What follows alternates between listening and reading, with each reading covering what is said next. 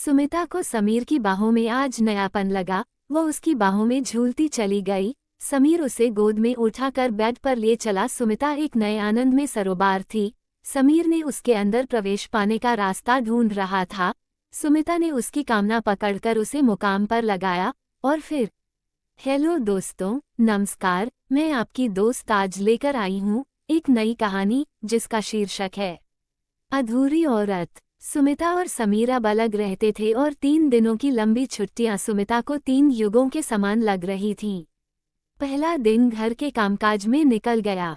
दूसरा दिन आराम करने और घर के लिए जरूरी सामान खरीदने में बीत गया। लेकिन आज सुबह से ही सुमिता को बड़ा खालीपन लग रहा था।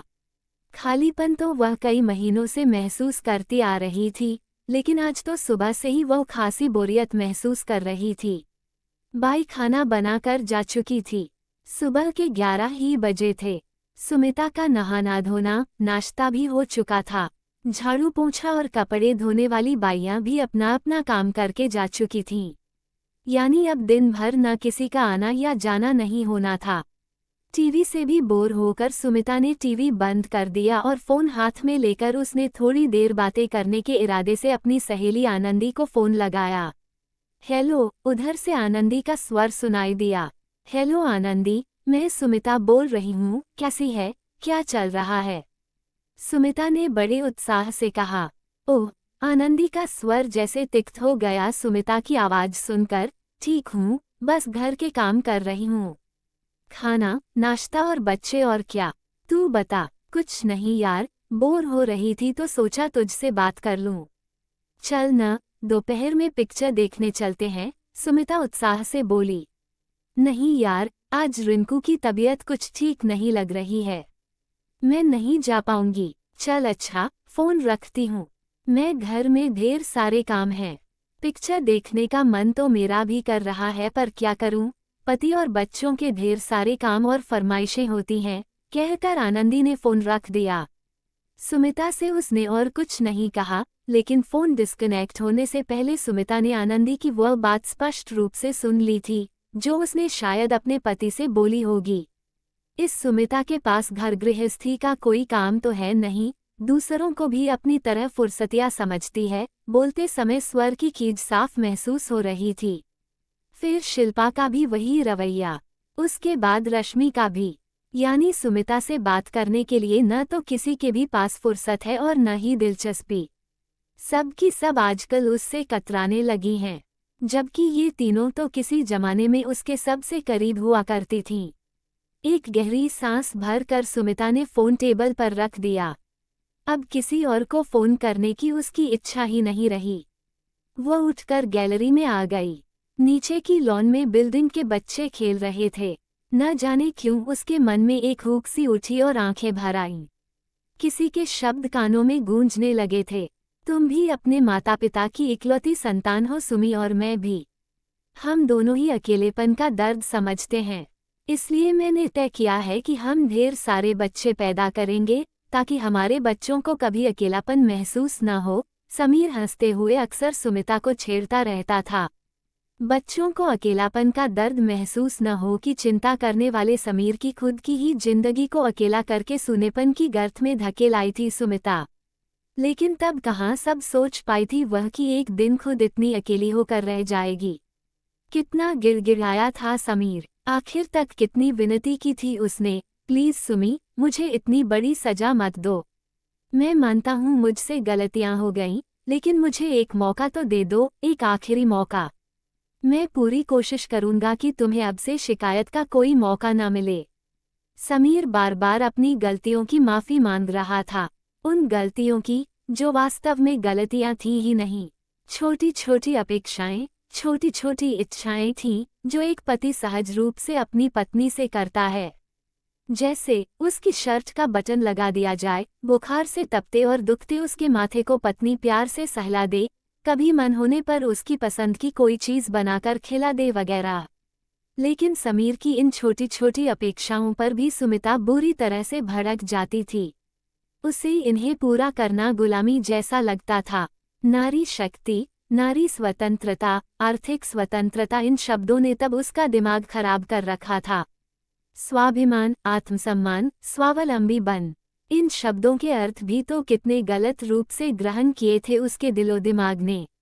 मल्टीनेशनल कंपनी में अपनी बुद्धि के और कार्यकुशलता के बल पर सफलता हासिल की थी सुमिता ने। फिर एक के बाद एक सीढ़ियां चढ़ती सुमिता पैसे और पद की चकाचौंध में इतनी अंधी हो गई कि आत्मसम्मान और अहंकार में फर्क करना ही भूल गई।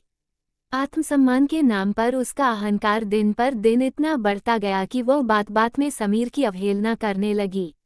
उसकी छोटी छोटी इच्छाओं को अनदेखा करके उसकी भावनाओं को आहत करने लगी। उसकी अपेक्षाओं की उपेक्षा करना सुमिता की आदत में शामिल हो गया। समीर चुपचाप उसकी सारी जातियां बर्दाश्त करता रहा, लेकिन वह जितना ज्यादा बर्दाश्त करता जा रहा था, उतना ही ज्यादा सुमिता का अहंकार और क्रोध बढ़ता जा रहा था। सुमिता को भड़काने में उसकी सहेलियों का सबसे बड़ा हाथ रहा। वे सुमिता की बातों या यूं कहिए उसकी तकलीफों को बड़े गौर से सुनती और समीर को भला बुरा कहकर सुमिता से सहानुभूति दर्शाती। इन्हीं सहेलियों ने उसे समीर से तलाक लेने के लिए उकसाया। तब यही सहेलियां सुमिता को अपनी सबसे बड़ी हितचिंतक लगी थीं। ये सब दौड़ दौड़ कर सुमिता के दुखड़े सुनने चली आती थीं और उसके कान भरती थीं। तू क्यों उसके काम करे? तू क्या उसकी नौकरानी या खरीदी हुई गुलाम है? तू साफ मना कर दिया कर। एक दिन जब समीर ने बाजार से ताज़ा टिंडे लाकर अपने हाथ के मसाले वाले भरवां टिंडे बनाने का अनुरोध किया, तो सुमिता बुरी तरह बिफर गई कि वो अभी ऑफिस से थकी मांदी आई है और समीर उससे चूल्हे चौके का काम करने को कह रहा है। उस दिन सुमिता ने न सिर्फ समीर को बहुत कुछ उल्टा सीधा कहा, बल्कि साफ साफ ये भी कह दिया कि वह अब और अधिक उसकी गुलामी नहीं करेगी। आखिर वह भी इंसान है, कोई खरीदी हुई बांदी नहीं है कि जब तक सिर झुकाकर उसका हुक्म बजाती रहे। उसे इस गुलामी से छुटकारा चाहिए। समीर सनसा खड़ा रह गया।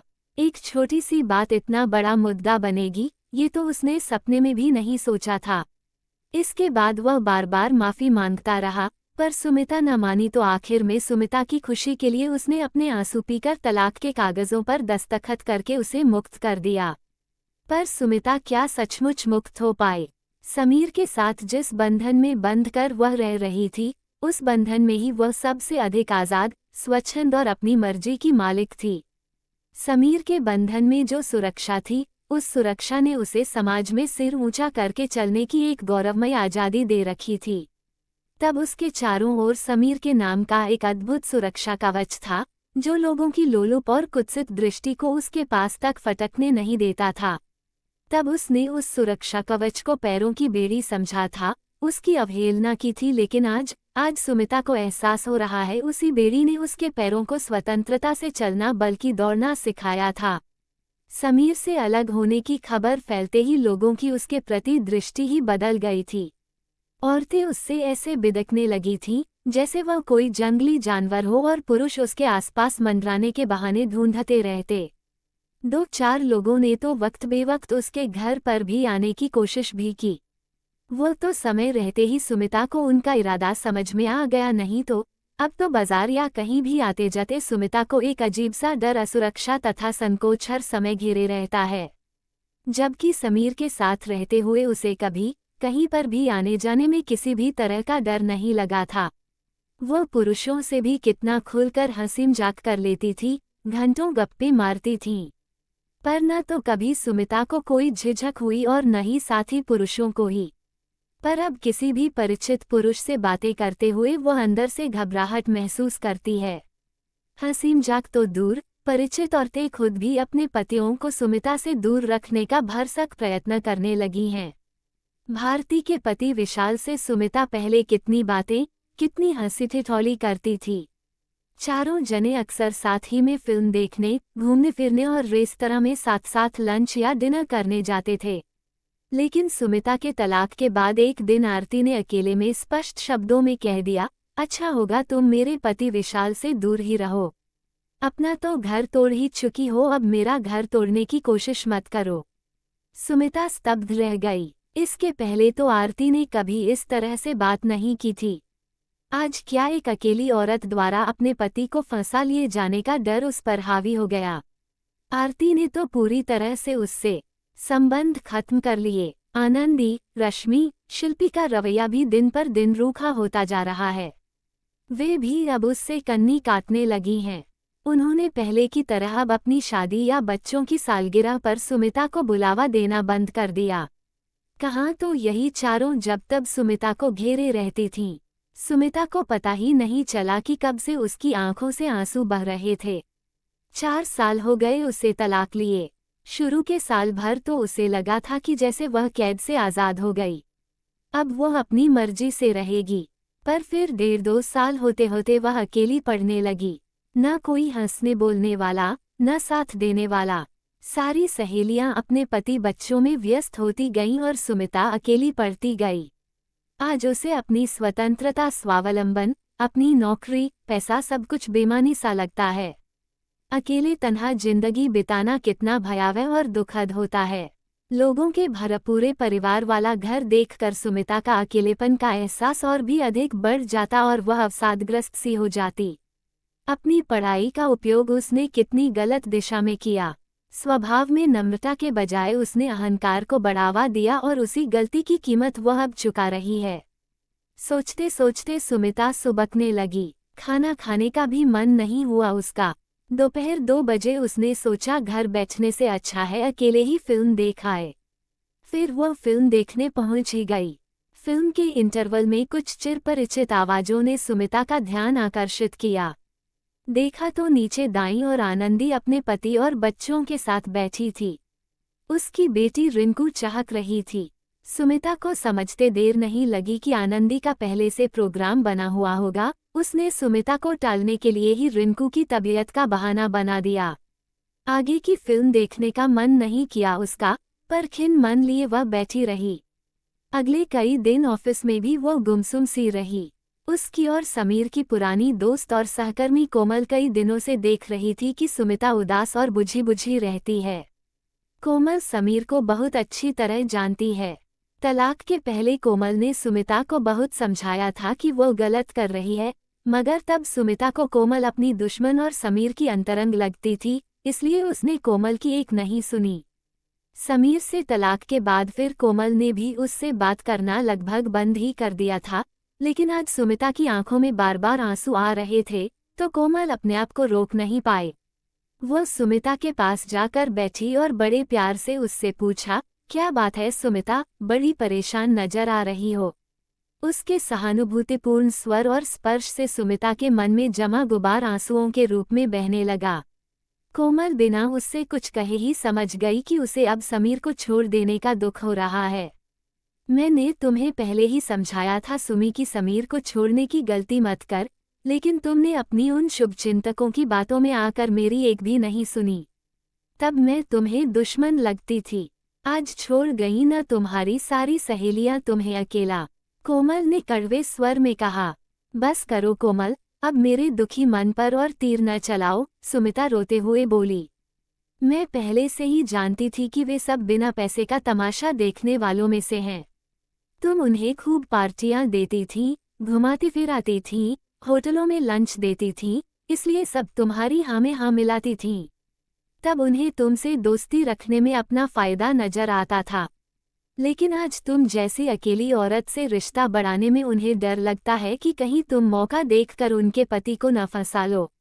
बस इसीलिए वे सतर्क हो गईं और तुमसे दूर रहने में ही उन्हें समझदारी लगी। कोमल का स्वर अब भी कड़वा था। सुमिता अब भी चुपचाप बैठी आंसू बहा रही थी। और तुम्हारे बारे में पुरुषों का नजरिया औरतों से बिल्कुल अलग है। पुरुष हर समय तुमसे झूठी सहानुभूति जताकर तुम पर डोरे डालने की फिराक में रहते हैं। अकेली औरत के लिए इस समाज में अपनी इज्जत बनाए रखना बहुत मुश्किल है। अब तो हर कोई अकेले में तुम्हारे घर आने का मंसूबा बनाता रहता है। कोमल का स्वर सुमिता की हालत देखकर अब कुछ नम्र हुआ। मैं सब समझ रही हूँ कोमल, मैं खुद परेशान हो गई हूँ ऑफिस के पुरुष सहकर्मियों और पड़ोसियों के व्यवहार से। सुमिता आंसू पोंछकर बोली। तुमने समीर से सामंजस्य बिठाने का जरा सा भी प्रयास नहीं किया, थोड़ा सा भी धीरज नहीं रखा साथ चलने के लिए, अपने अहम पर अड़ी रहीं। समीर को समझाने का जरा सा भी प्रयास नहीं किया। तुमने पति पत्नी के रिश्ते को मजाक समझा, कोमल ने कठोर स्वर में कहा। फिर सुमिता के कंधे पर हाथ रखकर अपने नाम के अनुरूप कोमल स्वर में बोली, समीर तुझसे सच्चा प्यार करता है, तभी 4 साल से अकेला है। उसने दूसरा ब्याह नहीं किया। वह आज भी तेरा इंतजार कर रहा है। कल मैं और केशव उसके घर गए थे। देखकर मेरा तो दिल सच में भर आया सुमी।